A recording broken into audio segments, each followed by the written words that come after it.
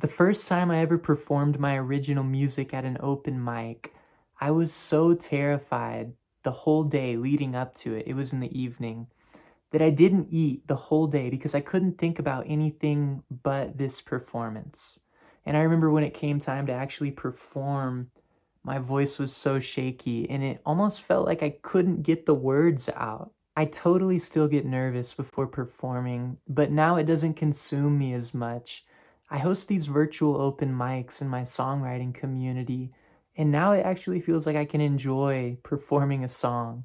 If you've ever felt paralyzed while performing, I want to share with you some tools that I've used to help me go from survival mode to actually enjoying the performance. I later learned that when you feel nervous before a performance, it's literally your fight or flight response being triggered, and you feel as if you're unsafe for your life, which is why it can trigger such intense feelings. Your body becomes flooded with adrenaline, and your breath gets really shallow and kind of sporadic. So I have 3 tools I want to share. The first one is going straight to the body.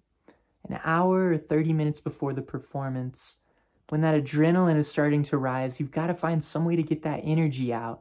So a few that I've tried are going on a walk, going on a run, which helps kind of that impact, pounds that energy, and you get a release. Or the third way, which I've really enjoyed recently, is dancing.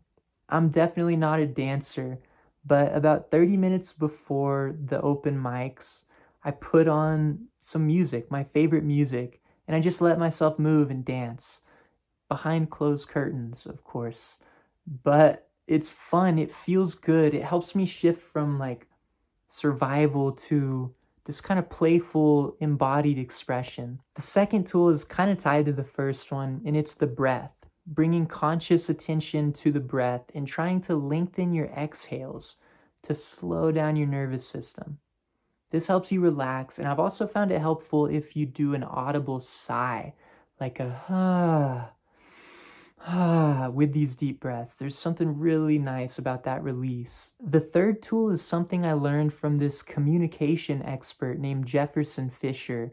He's amazing. You should read his book, by the way. And he talks about this idea that if you claim it, you control it. So if you speak out loud and say, I'm nervous, even if you said that to the audience or whoever is listening to you perform, I always say I'm nervous at our open mics. And it's true. There's nerves there, and it kind of lets everyone go, and relax and say, me too.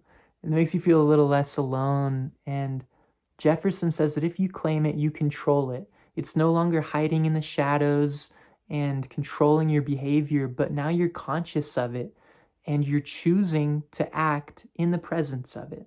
Ultimately, I don't think that we can force the fear away, but I think that we can choose to act in the presence of it. And that's the best we can do. And each time we do that and we don't listen to the voice of fear, we get a little better, and I think it makes it a little easier. It does in my experience. Hope this is helpful.